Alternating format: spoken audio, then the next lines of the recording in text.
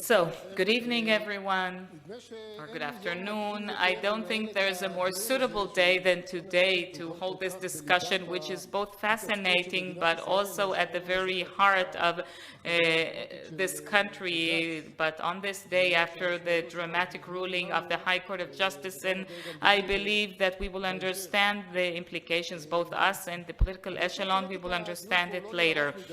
I'd like to divide up the discussion. It won't be too long, but very briefly, I'd like to divide this up to three topics. The first topic I'd like to talk about is national service, or civil service and military service.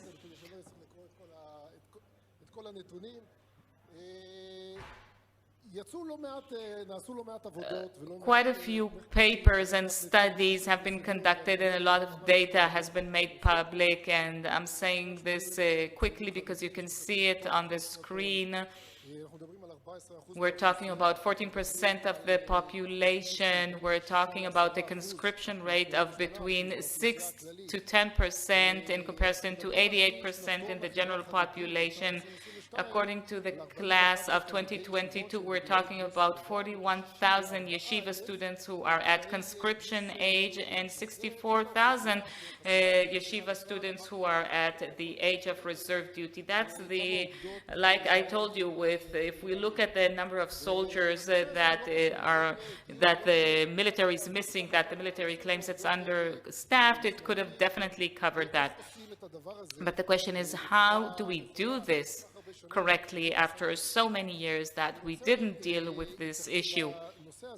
On this topic, I'd like to make a few brief comments. I'd like to start with you, Professor Yedidia Stern. You were involved with discussions and the construction of programs and various programs to integrate the ultra-Orthodox into the military.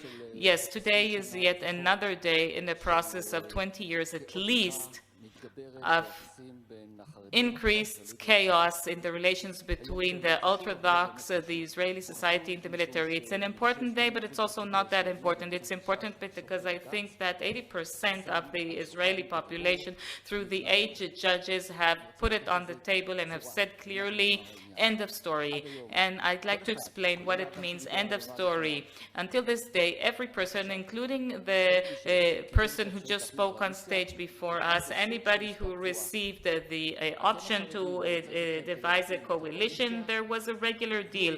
I need you, the Orthodox, in order to create a coalition. You give me a series of things and I'll give you 2 things, budgets that will help you maintain your lifestyle, and also a waiver from military service. Why did it work out for them for so many years? Because they were very anxious about this subject, and all the rest, maybe it was important for them, it annoyed many, and governments collapsed, but they weren't that anxious about it. What has changed, and this is very important, that Israelis who are not ultra-Orthodox, and that includes everyone, including the religious Zionism that until recently wasn't there en masse, now it is. Everybody is saying, just as you, the religious Jews, are anxious about your religion, we are anxious about the state. In the past, we were anxious also is the same word for ultra-Orthodox, so now we're all ultra-Orthodox. And now the High Court of Justice won't draft anyone. There's no chance that the outcome of the ruling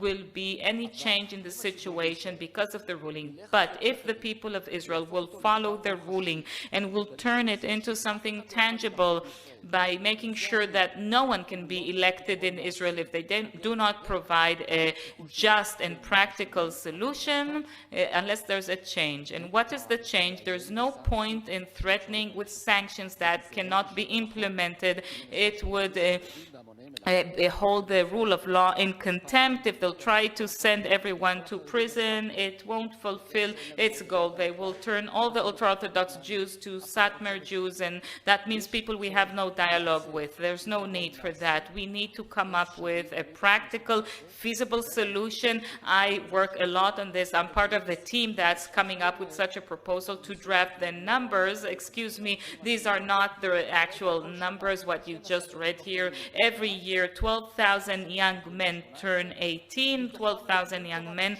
Out of them, those who really, truly study the Torah, the Bible, about 4,000. That's 1/3. So 2/3 do neither. They don't serve the country, nor do they serve the theory that says that you should study the Torah all day long. These are not my numbers. They're the numbers of the National Security Council. And it's not just me who says the number. The ultra-Orthodox will also quote them. So let's take out the 4,000, and let's say that 2,000 are incapable of serving. That leaves us with 6,000 people who can be drafted, and we need to open the military in a genuine way that would truly respect their way of life. It's not just kosher, it's not just studying the Torah, it's more than that. There's an ethos here, but we can take 6,000 young men, maybe not tomorrow or the day after, but over the next 2 or 3 years, they can serve a significant service. No national service can do that. I think they need to serve in the army just like my children.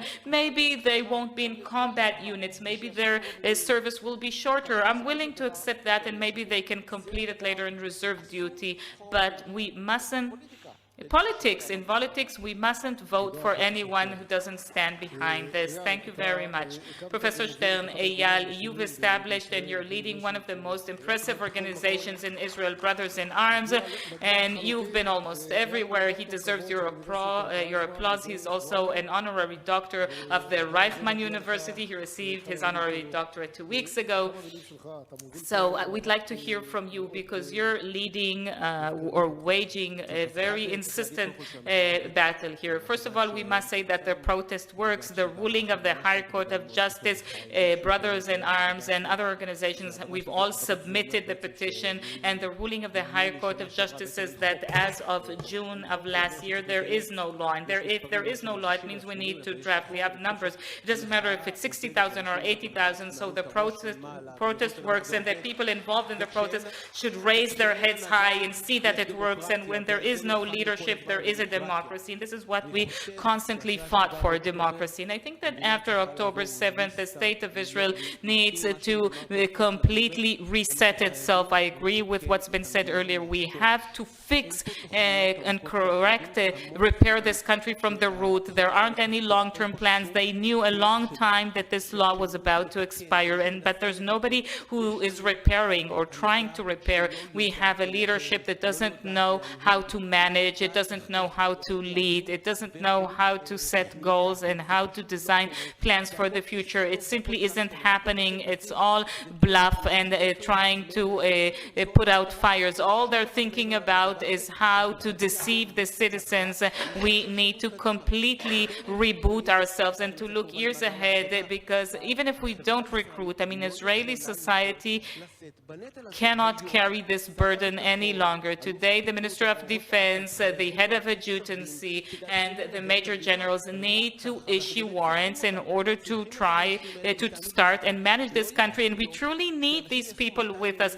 I think it's inconceivable for people to do 200 and 300 days of reserve duty. Which business will employ an employee with 200 reserve days? What kind of a relationship can you establish with a spouse? As far as we're concerned, everybody has to go home, and let's build together a role model society. Thank you very much, Eyal. Naveh, you're a colonel in reserves. You've had combat positions, and in a certain way, you've become the face of the residents of the Gaza border communities after the atrocities there, and you also received the title Knight of Quality of Government, and you talk a lot about this topic, especially since October 7th. So I'd like to hear your opinion, your take. Well, first of all, we live in a law-abiding country, which is a country for all its citizens, and as such, everybody must shoulder this privilege. It's become a burden. Everybody talks about equal burden, but I'm saying let's pause. It's the right to serve. It's the right to build this country,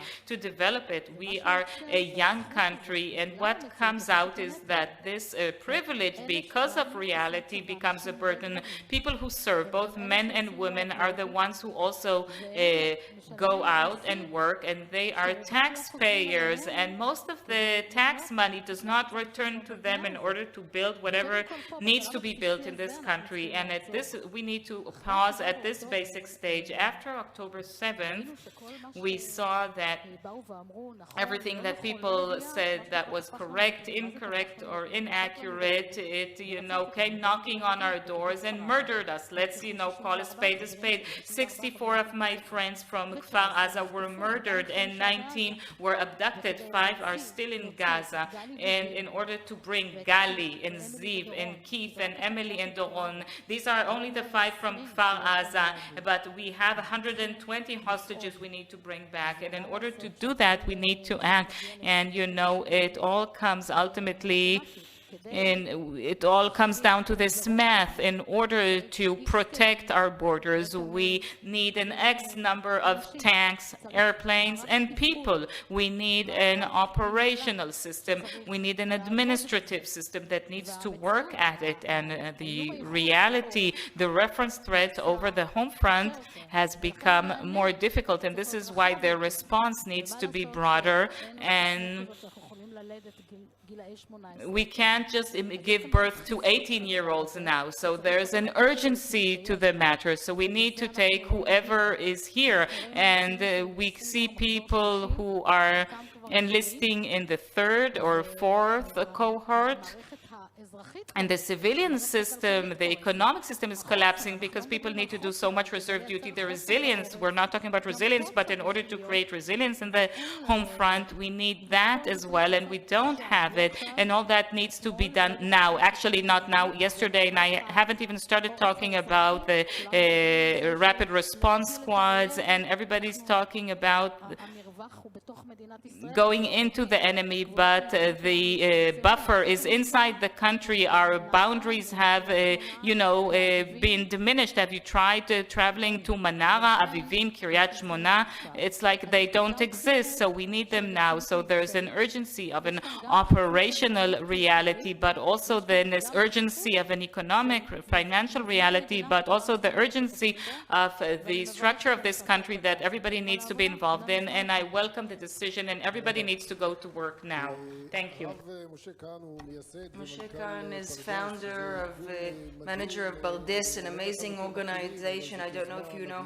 This is an amazing initiative that brings in ultra-Orthodox people into the security forces. I even had the opportunity to see some and meet some of these people where they are stationed. An amazing initiative. Now, you don't have to represent the entire ultra-Orthodox world here, but in terms of burden sharing and equal burden sharing, it's important to hear from you because you are already leading initiatives such as I've described.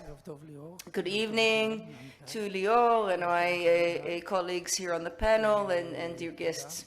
Thank you. Thank you for the invite. I maybe would like to be less dramatic and say that I don't think we have to do a real restart as it has been described. Let's be honest. You can't do a restart. Let's be honest.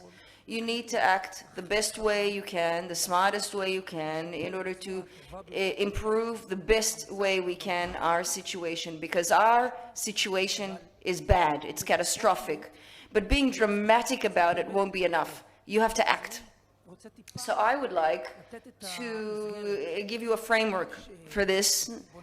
Let's talking about generally enlisting ultra-Orthodox people. We won't address the number. Not all of the numbers that have been cited are accurate, but there is a big challenge ahead. And I would like to give a couple of maybe tips or recommendations. I had the privilege to establish Pardes, but that's not the point. The point is that we are all metaphorically on a sinking ship. How can we bring us to a safe harbor? Well, the biggest revolution that happened in terms of ultra-Orthodox enlistment was the Tal law from the 1980s, the late 90s, where they said that it's shifting from the political world to a legislation, to law. At the time, Judge Tal tried to make a big move at the time and establish everything that you have at the moment, the religious adapted service tracks. He was the one who tried to make this a legislative agenda through the through the High Court. And by the way, in regards to the High Court of Justice, the law, whether it succeeded or didn't, and there was a million protesters of the ultra-Orthodox sector, Ayelet Shaked at the time, thankfully, I'm trying to give you a chronological timeline. I think Ayelet Shaked in 2014 tried to give the yeshiva colleges a way to fill in the quotas. This was a good attempt, but again, the Haredi leaders protested vociferously. And then the question is, until this day we're asking that question. On the one, that was on the one hand. Now on the other, there is a dramatic shift in several areas, a dramatic shift, a big change in big numbers of ultra-Orthodox young people who want to enlist, who want to be incorporated. We won't manage to do it for everybody, you have to understand that, but there is a major core of people that we can work with them. We can, without being dramatic and pompous about it, and without talking, even if we're right, we have to act smartly. So the best way to do this and approach this is, first of all, to work through the leadership.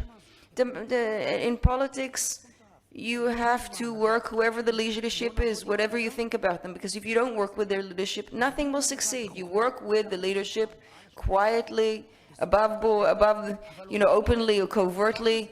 That's how you do it. You negotiate. We don't have the luxury of being, high and mighty. You work with what you've got. You work with non-profit organizations that know the ultra-Orthodox sector. By the way, this is true of the Arab sector. Working with any minority, you can't think that you'll get to know them. The more close set they are, you won't understand their ideology, their philosophy, their mentality. You won't understand the power plays within a small or closed minority society. You have to talk with the locals.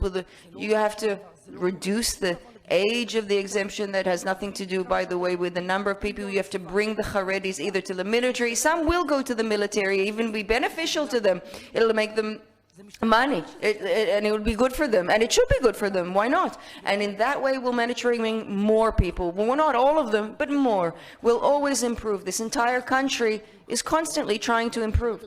So maybe in order to maintain continuity, we'll move on to the second part, because you're already sort of hinting at it, and that is the labor force, education, because processes that you and others like you have been successful in bringing the ultra-Orthodox sector into the work market. This could be then applied to national service, civil service, and so forth. In regards to civil and national service, there are dramatic shifts in the ultra-Orthodox sector. Big changes. If you ask me, there are maybe 15% that are Haredi, that are for core studies in school. They are. One thing that maybe, and I had the privilege of being involved in this in some fashion, is to begin with the Haredi elites. They're very elitist, by the way. The ultra-Orthodox sector has, their Harvard graduates and Oxford graduates. They have their elite elements. And you have to get to know them, to know how to work with them. And I think Pardes, my initiative that brought ultra-Orthodox people to the Mossad and the ISA and so forth, that's one way to do it. And it's caused a ripple effect, really. A lot of the other initiatives that followed are because we really managed to really delve into that ultra-Orthodox elite and work with them. And again, I repeat, doing it with goodwill, with faith and trust. And that's a big problem now, because we are in a real crisis of trust and faith. I say this with great pain and sadness, but I really believe that we can do something here that is positive, to build something. And also, we have no choice. I think this is one of the speakers who spoke this afternoon. She said, I am optimistic, full stop. I fully identify. We have no other choice. In regards to what we said earlier, and generally this ability to incorporate different sectors, because it comes down to education. Education in Israel is segregated, and this impacts the work market and military enlistment and everything, and burden sharing and so forth. And well, that's right. Good evening. I want to first of all protest this, burden sharing. That's too difficult. Let's say participating in the burden, not sharing it, because that's more realistic. And as for Rabbi Kahan, when I hear you speak, I wonder, 75 years, we basically try to work through ultra-Orthodox and ultra-religious leadership. We've reached this point because that ultra-Orthodox leadership that you tell us to speak to, as I heard from my colleague Professor Stern said, we're constantly at this constant point of hoping for one day of political coalitions instead of relying on legislation, and that would bring the Haredis in. And it was forced into the deliberations of the High Court of Justice because we couldn't work with ultra-Orthodox leadership. Zionism is an idea that we have a collective that came here, and with the Declaration of Independence, we want to build a country that feels different, that is a Jewish democratic state, and that's part of the big debate that we've heard in the last couple of years. How we think of what is Jewish and how we think of what is democratic, and how do we define those two things, Jewish democratic state. But when we talk about national resilience, and this relates to labor and enlistment, it's not only a problem of the ultra-Orthodox. We're a young country. 75 years is a very young country. We cannot allow a country like this collectively to have an entire population where their participation in labor, in education, consistently goes down. Now, it doesn't mean that you have to now go to every single Haredi home and say, oh, are you studying, not studying? Go to work. But this tension exists. We have to recognize this tension. 67% of the Haredi sector work, and which you divide it by women and men and women, Haredi women work on par with secular women. But we're only 10% of ultra-Orthodox men who could work, and 10% that can be accepted into higher education. That's a big problem. Only 10% of Haredis can be accepted into university as things stand. So that's a big problem. If you want, in 10 years, 20 years, 30 years down the line, if you want, in fact, we will be sustainable. But for that, you have to lay the groundwork. You have education, even independent education. And I don't mind independent education. I understand that different sectors have their opinion of education, but everybody needs core study education. You need core studies, and not only core studies of math and English. I'm talking about citizen studies, civil studies. In the last year and a half, one thing we've discovered is an essential point about national resilience, about being a Jewish and democratic state, is that nobody understands it. In the 2 hours you learn civil studies in school really doesn't cover it. Doesn't cover the miracle of the fact that 75 years ago we came from all around the world to establish our own country, a democratic country. And what is democracy? That is the answer that people have to be able to grasp. I've done what is also Judaism, pluralistic Judaism, Judaism that includes many streams, not only one particular Orthodox stream. And when we talk about being involved or participating in the burden, what happened prior will not be again. And if it does happen again, you have to understand where we're going. We're going to somewhere where there will be no hope for us. The rift in Israeli society is simply a symptom of something even more profound and insidious. It's the idea of how we see the state of Israel, what is our essence and what is our core. And that core cannot be resolved and at peace when one people does the laundry and the cooking and the working and the enlisting. That's not enough. It cannot be. It's an impossible, unsustainable state of affairs. Now, before we have another round, with your permission, I'd like to show this slide that we showed earlier. If you could take a peek. I want to touch on two matters. First of all, the Shkedi recommendations that were approved by the IDF, also by the Ministry of Defense. It was also, by the way, a list that was in regard with many factors. This IDF does know how to enlist ultra-Orthodox soldiers and has taken upon himself, including the adaptations, particular training-based camps, home front camps, particular phones that are kosher phones, so to speak, specific enlistment to and deployment to specific units, meaning this is an adaptation project that takes into consideration many things. The second point, I cannot hear the speaker from the audience, I apologize. Cannot hear the speaker.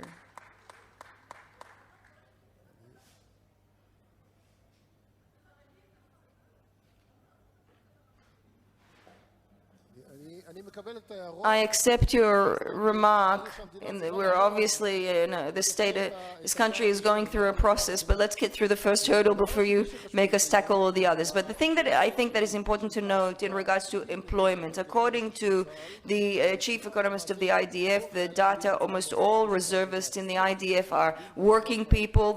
Many of them work in high tech, where they have high salaries.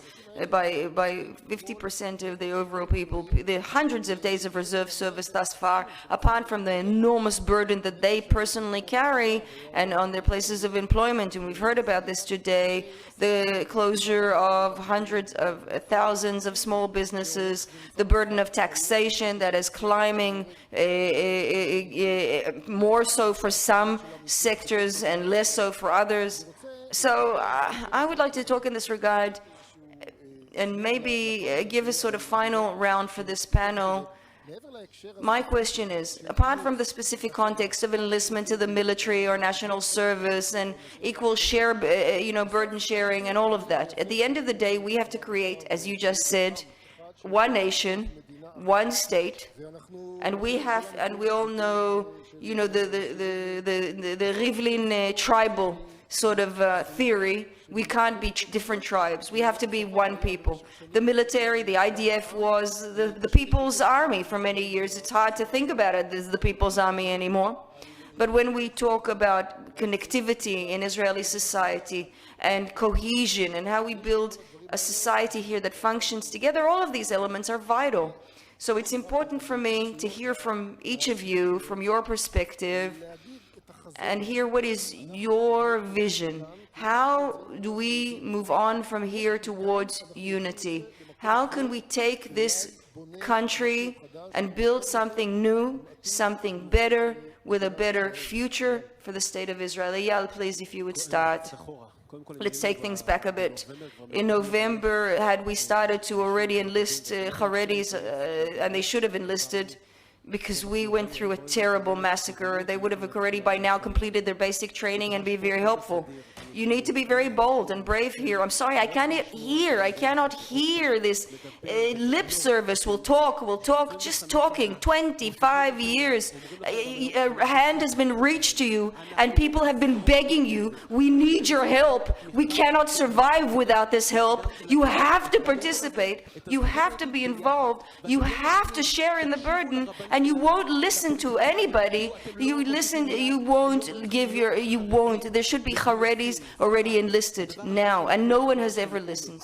And now is a time for courage. I speak to many ultra-Orthodox people. I love a lot of people, so many fantastic people. The problem is not the people.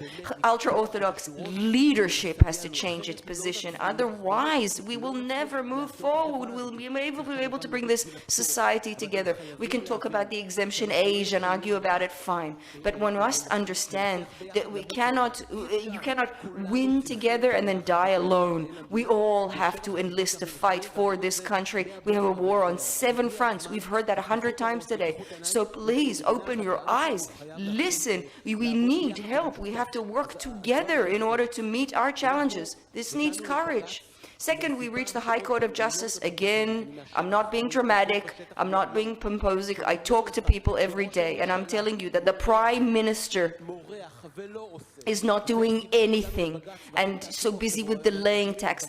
And now you're so busy, incriminating the High Court of Justice. No, it was forced at the door of the High Court of Justice because there was no other choice. We, brothers in arms, have reached out our arms to the ultra-Orthodox sector sector. We don't want to slander you. We don't want to think of you as enemies. We want to reach an arm out to you and say, come, be our brothers in arms. Enough with all of your extra protections and privileges. Let us build a model society together. Thank you very much, Eyal, for these heartfelt words. Thank you. You asked what needs to be done. Okay, let's get to the nitty-gritty.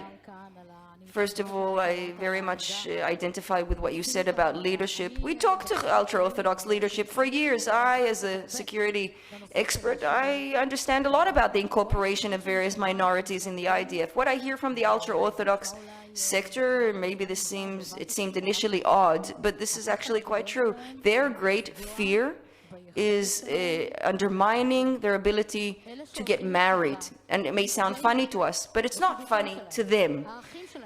Going to the military service harms their prospects for marriage. Those are their sisters, their brothers. So I expect ultra-Orthodox leadership to first address that major fear among their constituents. And if we address that, maybe we'll deal more openly with a lot of people. First of all, legitimize national service and military service and protection of Israel and burden sharing. Legitimize it so that people aren't afraid to do their duty. Second is the incorporation of women.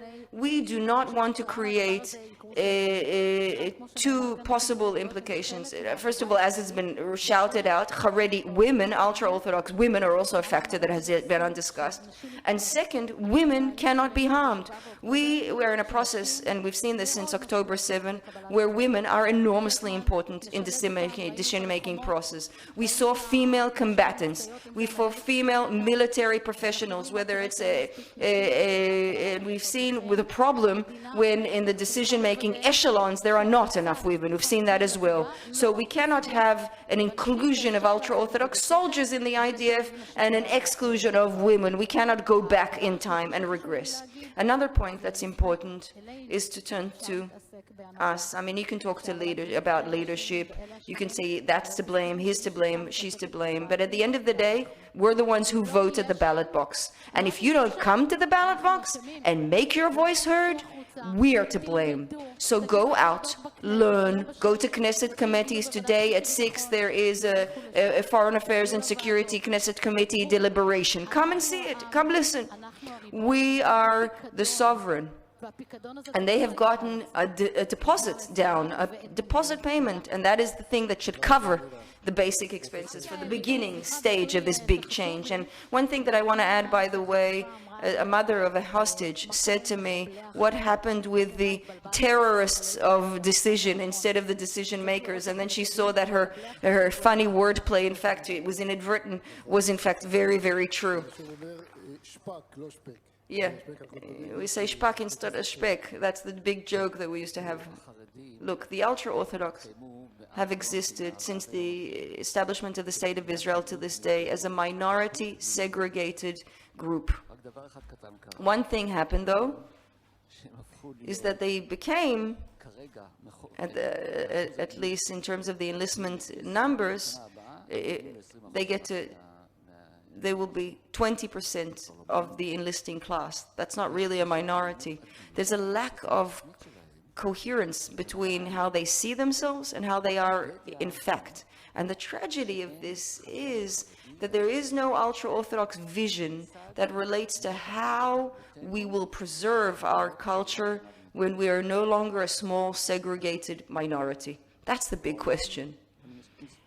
And I'm trying to give you a sort of a meta-analysis of this. So what do we need? Well, I don't believe the ultra-Orthodox leadership at the moment. Sorry, I have no faith, and they also have disincentives to agree. And they're old, and old people tend to not change. But people like you and many others, and there are many, who are in a process from the bottom up, can build the ultra-Orthodox know-how. And now I'm a liberal, so I want them to maintain whatever they want to present. I want their life story to be preserved. It's important to them, and therefore, as a liberal, it's important to me. I don't want to make ultra-Orthodox people not ultra-Orthodox. No. But on the other hand, they have to take responsibility. 20%, that's what they constitute. Every year, the number of ultra-Orthodox people in Israel doubles. Is this a blessing? Is this a threat? If there's no solution, if there's no ultra-Orthodox vision, how can we exist? Militarily, economically, otherwise, socially, of course. On the other hand, if the ultra-Orthodox people maintain their line, but understand that they are part of a tapestry of society in which they have responsibilities, that would be a great boon, a great blessing to Israel. So here we have a smart man like Aryeh Deri. He sends my children to war. Yes, he's an observer, right? But he's sending my kids to war. How can he even look in the mirror, this man? And he's a smart man, an intelligent man. He doesn't need me to explain things to him. But he has no vision for how I, Aryeh Deri in this case, this reasonable, experienced man, can protect myself and my lifestyle in a way where I'm now a significant player in Israeli society, no longer a minority. And that is the biggest question that they face. Rabbi Kahan, if you would. You have a big burden, but you don't have to represent anyone but yourself. Of course, of course. But I want to give context to this question. I had the privilege, I personally had to get thousands of ultra-Orthodox into the labor force. I think this is a great privilege, and that's something that we have to do, to incorporate them in the workforce. No question about it. I accept, Eyal, that you need to be courageous, but I want to add a bit more to that. You also have to be very, very clever. You have to know how to get it done. The fact that ultra-Orthodox people, the Haredis, need to do that and need to do that, and as we heard from Professor from Yedidia, the leadership is, of course, has its failures. That's all true. But how do we debate this? How do we deal with it? The fact that you can yell, to high water and say, they need to do this. But again, I'm sorry, the ultra-Orthodox sector doesn't care about what you say. So if you want to change them, move the needle, you have to, on a deeper level, change the perception, the narrative, the ethos. And it is changing. It is changing. Okay. I understand. Let him complete. No, I'm very glad for the remark. I came here I didn't want to spout slogans. They're just repetitive. But because everything you say is right. You're right. But the question is, how do we resolve this? How? And so we have to work from the inside out, from within the narrative. Now, leadership, by the way, ultra-Orthodox leadership is not necessarily politicians. There are a lot of leaders among this sector who hurt, who are in pain from this situation. Haredi people, the highest esteem in the world of the devout, who are suffering because they see what's happening in the country. Yes, we need a high court ruling, that's fine. But even with that, we won't be able to drag them all to military service. What will the court do without ultra-Orthodox society itself enlisting willingly? What are you going to do with all these thousands of people if they don't agree with a single word you're saying and don't understand, and everything you're saying is right, you're smart, you're experts, you're professors, you're learned? Great, that's all true. But you have to really consider, how do we make the ultra-Orthodox people change their minds? And I haven't heard anyone trying to really think, how do we shift their views? The fact that we're right, great for us that we're right. We're so right. Okay, great. But what do we do about it? It's not a popular survey. I'm not asking for people to, but what you're doing is changing. Yes, because this is such a vital issue in my view, and I care deeply. I had the privilege to establish this huge project and initiative that brings thousands of people among all the ultra-Orthodox into the workplace. Now, I'm not trying to brag. I'm not trying to ridicule. Even my irony is said with some sense of internal pain. You have to trust me and believe my honesty and my candidness here. But if we want to bring the ultra-Orthodox into the fold, how do we do it? Because that's a really deep-rooted question. And maybe it's through budgeting and maybe through other things, but I think it's more than that. I apologize. We have no more time. Thank you. Thank you, Rabbi Kahan, and I'm sorry that I'm cutting you off. I don't accept the fact that the story is all about enforcement. If we are a rule of law, there are ways to enforce 15 billion shekels, for example, of coalition agreements during a time of war and combat shouldn't have reached all sorts of esoteric points within ultra-Orthodox society. A lot of money. And again, I'm not going against ultra-Orthodox society. I mean that generally. It shouldn't have happened. I don't accept that there is no enforcement. There is enforcement. And yes, you have to be smart about it, sure. But I would say something else. At the end of the day, we have a lot of rifts within Israeli society. Not only the religious rift, there is also the ethnic rift and the Arab-Jewish rift. And if we don't build rules of the game and lay the foundations for a democratic game that will maintain also the non-democratic elements within our society. Without that, we won't be able to continue. And that means an equality law and basic legislation that organizes this. And it has to be done now. Because with the minority, which as you say is no longer a minority, but when it's a majority and the ruling majority, we won't have any right to existence that will allow also democratic streams to live here as a minority, and that will be us. I understand completely. Yes, I agree.